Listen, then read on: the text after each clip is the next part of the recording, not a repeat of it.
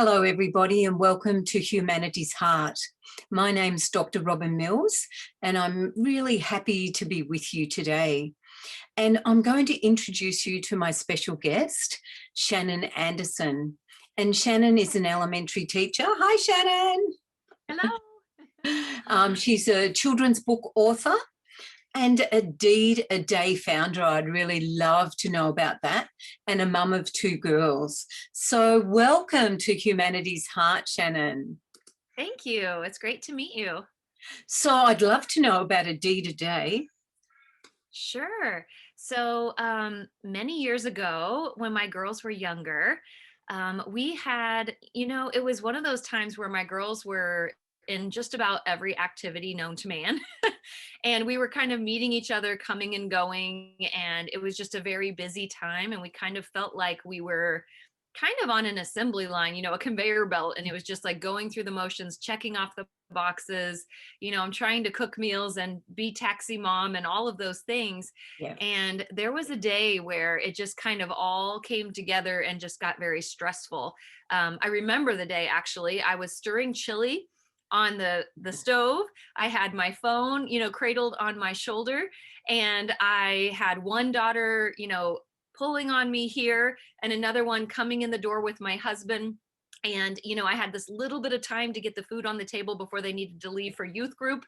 The dog is scratching at the door and the dryer buzzer's going off. And so if you can imagine the chaos, that's the picture. And that night I went to bed with a heavy heart. And I just started thinking about, what is our purpose and what are we really doing here? And are we just going through the motions, or, are we doing what we should be doing? And are we caring for each other the way we should be? And so I went to the store the next day and I bought a journal. I think I have it right here. I bought a composition journal and I wrote on the front of it, Deed Diary.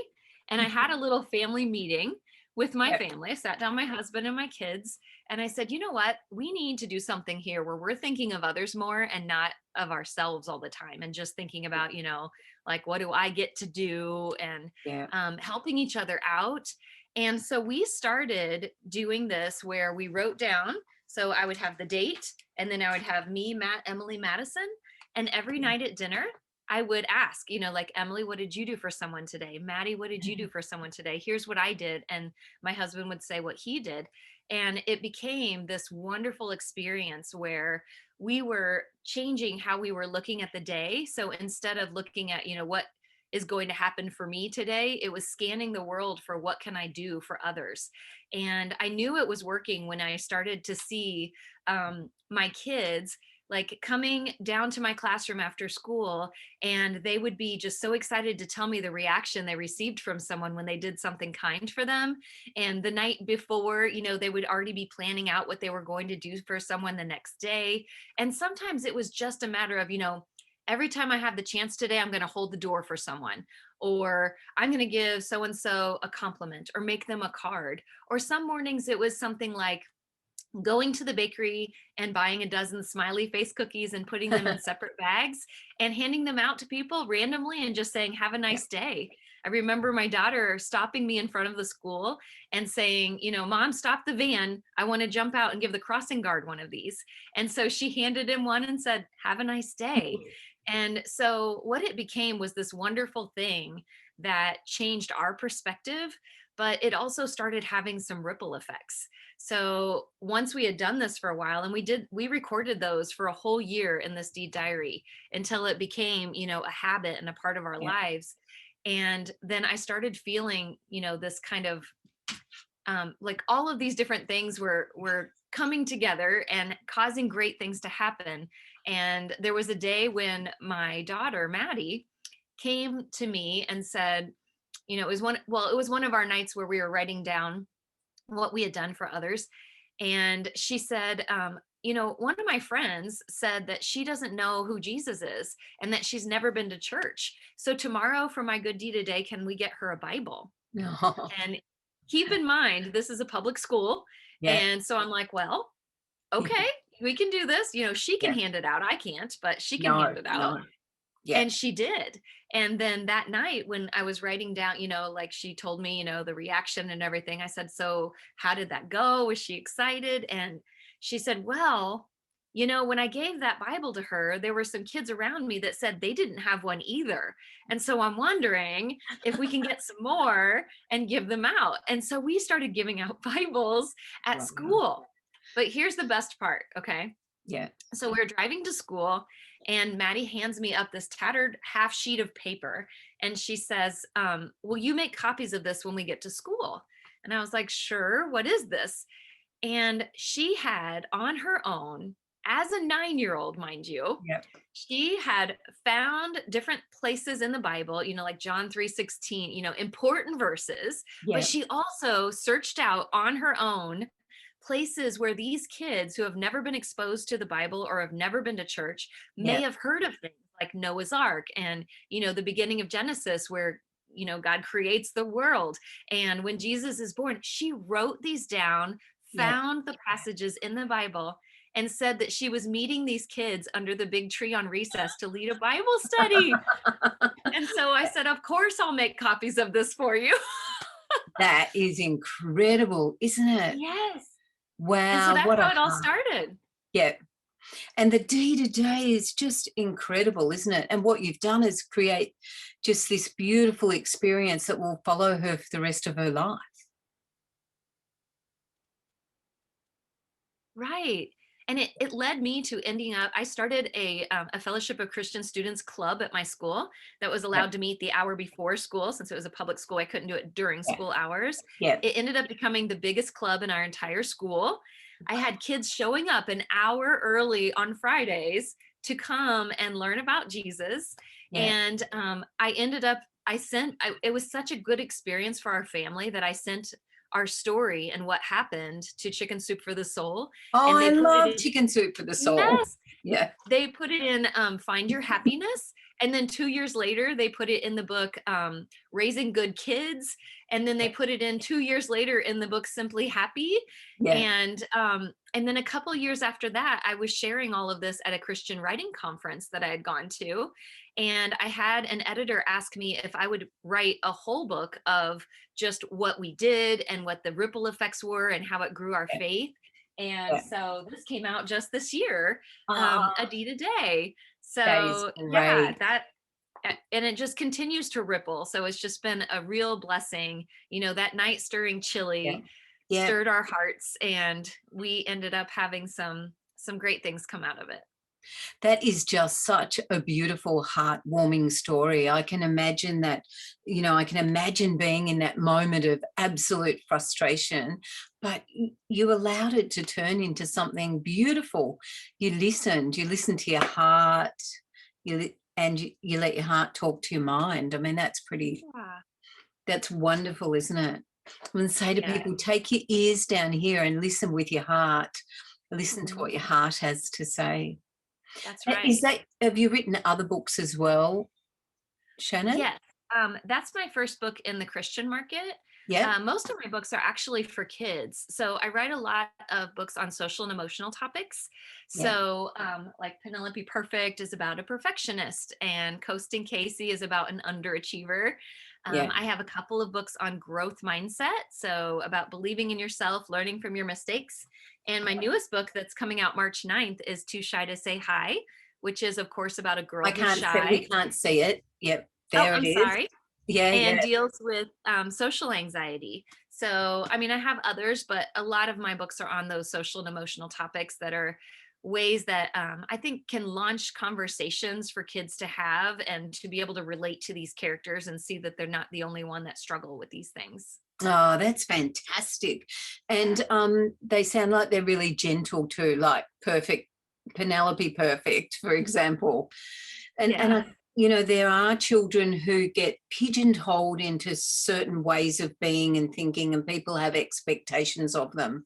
And it sounds like your books might encourage them to break free of those expectations of themselves and of others. Yeah. I was wondering, Shannon, if you were to look towards the end of your life, take yourself forward and you're looking back. And I'm wondering what your heart would say about how you've lived your life. Oh, wow. No one's ever asked me that before. Um, wow. Well, it's been a journey. I started out as my mom was a very young mom, and she had me when she was 16. She ended up dropping out of high school. And what inspired me to become a teacher was when I was in high school, I was able to help her and tutor her through getting her GED so that Oh, she could then wow. get a job. Yeah, And that encouraged me, to understand the power and the importance of an education. And that's when I decided I wanted to be a teacher. I also had two sisters that were much younger than me, and I always loved playing teacher with them, yeah, yeah. teaching them their letters and numbers.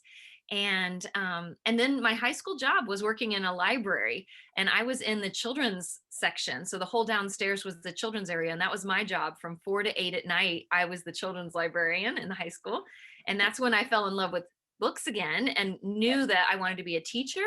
And I wrote in my senior scrapbook that I Yeah. wanted to be an elementary teacher and write children's books. Oh, And so I wow. ended up doing both of those things. And I feel like I also learned a lot of lessons by growing up in a family where we didn't have much. And, we learned how to do things, with what we had and to encourage each other. And so I guess if I were looking back, I would say that, I'm living out what I had hoped to do, and that in the ways that I missed out, like for example, I didn't get to go to church when I was a kid very often, that I was able to do that through for my own children. And so, be able to have them grow up in the Christian faith. And so I get, does that answer your question? I Yeah, so I'd say that your heart is saying that you actually, so far in your life, have achieved everything that you dreamed of. Yeah, I think so. I really do feel very blessed. And how much now then you've reached those dreams, how much now is it about being present to the dreams and really experiencing the joy of what you've achieved? And that's where I am right now, actually, Yeah. because this past year I've been on a sabbatical leave from teaching to explore that very thing, to see, is this now, I've taught for 25 years. And so now that I have these books coming out and I'm doing lots of speaking engagements with conferences and ladies events at Christian events, and doing professional development at schools and author visits, all of the things, I wanted to take a year off to explore that, to see if that's where, my path is supposed to go next. Yes. And of course, the pandemic happened. Yes. So I have actually just today put in my request for a second year sabbatical leave request. Yeah. I won't find out for a little while if I'm granted that or not. And if not, then I go back in the classroom, and that's fine because I love Yeah. teaching. Yeah. So yeah, I'm in the midst of exploring what my next steps are. And I know that whatever it is, it's still going to involve teaching. It's still going to involve writing. It's going to involve kids in some way, and continuing to share my faith. And what a beautiful thing that you honoured yourself enough to take a year off, and now maybe two, that you honoured yourself enough to stop and take the time to find out who you are next, like how you're evolving. A lot of people wouldn't have the courage to actually just go, no, I'm going to stop and see. Yeah, it was scary, because when you take a sabbatical, it's unpaid and you're dropped from insurance.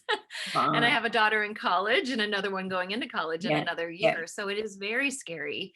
But I did feel like it was needed. And it was a time in my life where I needed to explore and see. And thankfully, my husband was very supportive in that. And we've been able to do without a few things so that I was able to do that. But it's been a wonderful process of discovery. And I'm continuing, in that journey, and we'll see where it leads. And so the pandemic has put a stop to a lot of things for people, hasn't it? Like the world has totally changed. And For in sure. Australia, we've been incredibly lucky, incredibly lucky. We have 0 cases right now. Oh, wow. Like that's in my state of Victoria, we have 0. amazing, because then when we think of the USA and what's happening there, our heart breaks, because you just can't imagine, the worry that people would have every day. And as a teacher, you'd be, you have all those students every day. That would be a difficult time, I imagine. Right, for sure. Yeah. So have you come to any essence about where you might go? What might be next? Like, do you think the speaking? How's your heart singing? I'm not sure yet because most of my speaking this past year has all been virtual because, Yeah, schools can't allow in guests and yeah. conferences have all been turned into virtual events. And so I do enjoy doing that. And so I'm hopeful in the next year that I'll get to actually travel around and go to different places and be able to be in person. There's just a different energy that you get when you are able to be in person with kids Yes, and with, yes. teachers. And so I'm hoping to get to experience that. That it's a really beautiful thing when you get to just sit with yourself like that. And it sounds to me like whenever the next thing's ready to open for you, you're just tuned in, like you really listen, and you manifest it beautifully. You just go with it. Whereas some people would have been afraid to go with it. You're just like courageous, absolutely courageous. Uh, well, I put on a good front, I guess, because it has been a scary process and there Yeah, has been a lot of praying for discernment along the way for yeah. sure. What would be your proudest moment, Shannon? Oh goodness, I would probably say my daughters. They're both just Yeah, beautiful young women that have a heart for God, and I'm just really proud of who they've become and what they stand for. And they're both very creative souls. Both of my daughters have been, given the gifts of art and music. And so we enjoy all of that, as I'm sure you can appreciate being an artist. yeah. And so I would say that that's probably my proudest achievement. It's just and the love that you get from children. I mean, as a grandmother, it's easier because you don't have the same responsibilities. You get to have all the joy, and Yes. all that unconditional love poured all over you. Just melts your heart. It's the most beautiful time in my life now, is to have these almost 6 grandchildren around me. It's amazing, and they teach me about myself all the time. I'll I hear something coming out of my mouth and I'll go, did you really say that? But what's really good is I get to fix it. I get to say to them, no, that's not what I meant to say. That didn't sound good, did it? What I really meant to say was blah, blah, blah. So I'm changing, developing, and growing as a grandmother because of the gift my grandchildren have been to me. So when you say about your daughters being your proudest moment, I truly understand that. I have 3 daughters of my own, and each of them in their own way is just perfect, absolutely perfect. I'm so proud of them. And I think that's, to be able to be proud of your children, knowing that they're being the best version of themselves they can be, it's just a joy to your heart, do you think, Shannon? Mhm. Absolutely. Now, I was wondering if there's something in your heart that you would like to speak to with this opportunity of speaking. What would you like your heart to say? Oh, wow. I'm just figuring things out just like anyone else. And I think that during this pandemic, it has caused all of us to um, kind of look in our hearts and see what's in there. And I think a lot of people have grown to be more compassionate during this time just because there have been so many needs and so many things that have happened that are scary. And loss has been a real thing that people are experiencing, whether it's loss of life or loss of jobs. And so I think it's caused a lot of people to come together and to just have more compassion for others and more understanding. I definitely think we've all learned some more patience.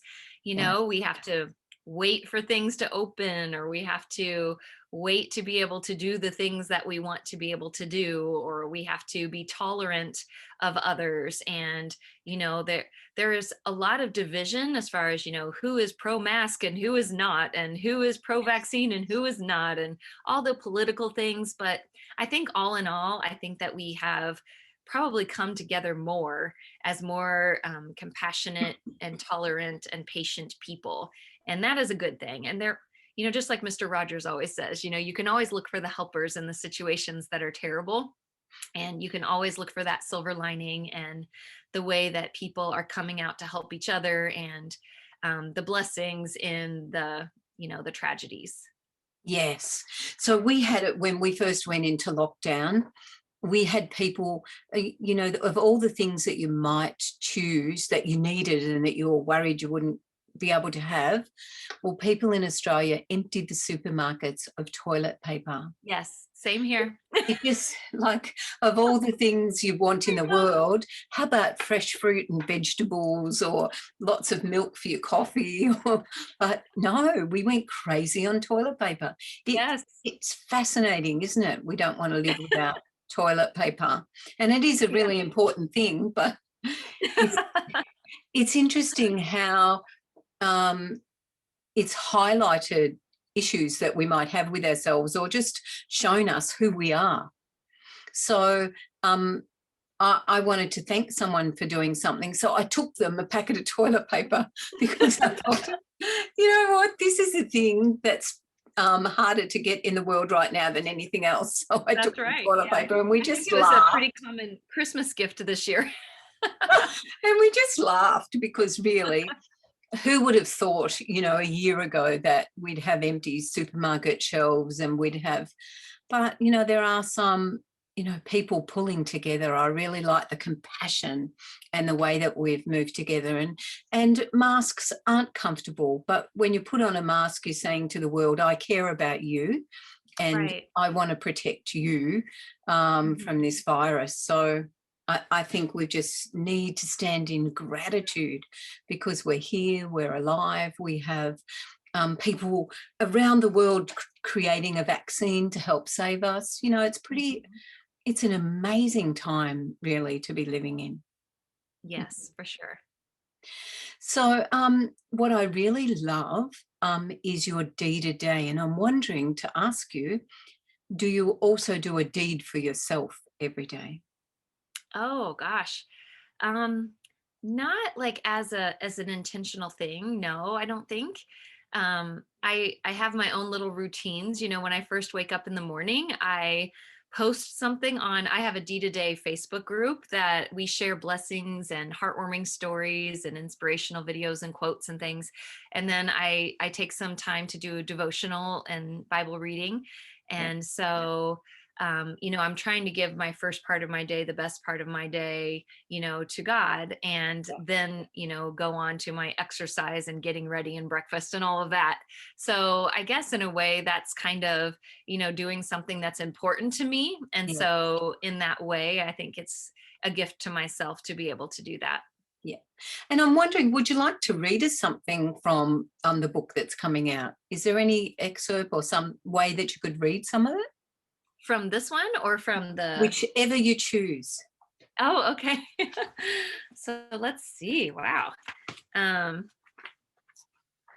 So in this, I start out by kind of explaining how this all came about. So, that I described that morning I told you about with the stirring of the chili, and then I go into kind of what that breaking point was that caused me to want to do it. And then it ended up being the family meeting, and then how we each grew in our own ways and our own faith, and how we looked at the world, and what it meant to serve others and being Christ's hands and feet.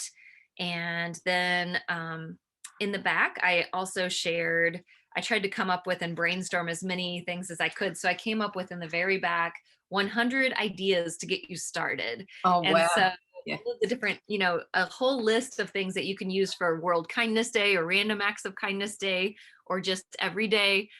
Once I had done this with my family, I did it with my classroom. And so my classroom was doing good deeds for others. So, some of the things that I just said, like holding the door for someone, giving someone an intentional compliment, praying for someone, doing your chores without being asked, or doing someone else's chores without being asked, picking up trash, all of those kinds of things. And it was really interesting to see what happened in my classroom with that, because it's one thing within a family, but then to have a classroom of students coming from all different diverse backgrounds and families, what they felt like was doing, a kindness for others. And so we did some that were within the classroom and some that were for the school and staff members, and then outside of the school in the community. And they came up with some great ways to spread kindness. I ended up starting a kindness club at school in addition to the Fellowship of Christian Students. And we were just all about, trying to do intentional acts of kindness. One morning we had every kid in the club like stationed at all of the doors to give high fives. This is before the pandemic. Yeah. But to greet everyone, at the doors and wish them a good morning and surprise them, with a hearty hello, and welcoming them as if, it was a big celebration because some big star was coming into the building. So just little things like that, collecting things for the animal shelter and writing letters to those in the military who have to be gone during the holidays, and making Valentines for the care center and delivering those to the residents there. Just things like that we were able to do. I had someone tell me that they're using this book with their, I actually meant for it to be a book for Christian women. And this teacher in our community bought a set of them for a youth group at her church on Wednesday nights. And she said that 3 of the kids in the youth group, when they got to the chapter where I talked about my baptism, decided they wanted to get baptized. So, you just never know the ripples that are going to keep happening because it's out there. And, sometimes I will get an email from someone in another place in the world, sometimes countries I've never even heard of, Yeah. but my email address is in the Chicken Soup for the Soul book. And they'll send me an email saying, I bought a notebook. We're going to do a deed a day. And that just touches me to know that, you never know what that notebook could start for your family, because it did so much for us. And in the process of blessing us, we were able to bless a lot of people. And so I hope that that can just continue to spread. When you said ripple effects, it reminded me of 1,000 Ripple Effects that, of course, you and I have both written to. Another beautiful concept where we can inspire people. Yeah. Mm-hmm. Can you please tell people how they can contact you, what your web address is, or where you'd like to direct people to? Sure. It's really easy. It's shannonisteaching.com. Yeah. And I have a contact me page or little section on there if they want to get a hold of me. And then there are everything about my books is on there.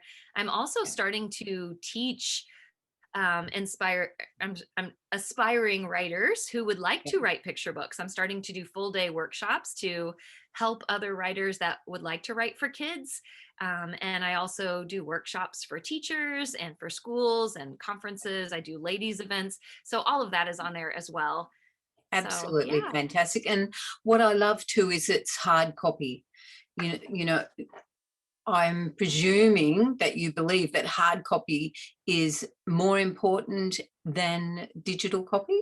There's a question. Yes. I like to have the book with the pages and not have to, push a button to turn the page. I Yes. like putting a bookmark in there. I like Yes. highlighting. And Yeah. so, yes, I'm old school. I love to have the hard copy of the book. Yeah, I think hard copy is important for children to follow the lines, to embody the book, really, to embrace it much better.